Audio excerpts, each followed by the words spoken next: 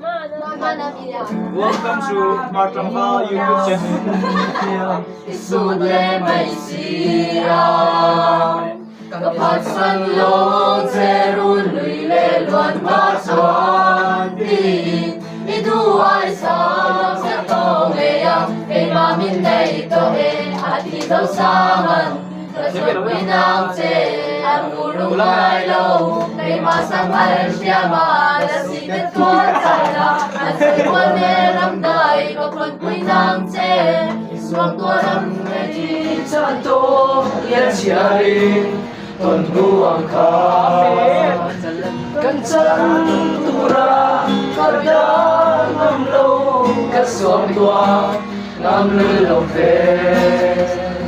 Nangilem dini Moy natin rega tuang Simitin suklai kong Selin ka pa na buwan Alam tuwali Ay turang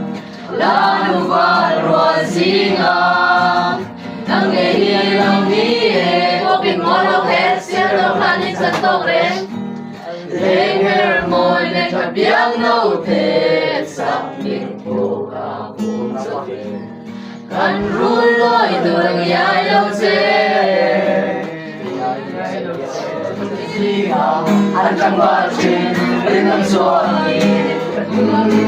Magsarebay Ay tato Aron chamswa Nuher Aron deng room At jirim lambang Tiada re-re na ilong Zakbero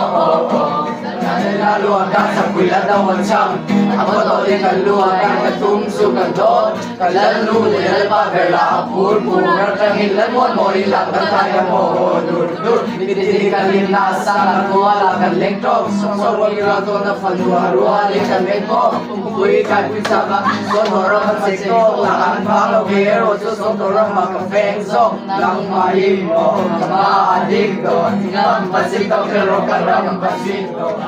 Ang ninang Inin mo Puy tiyawa Kaan ang langin At puy tiyawa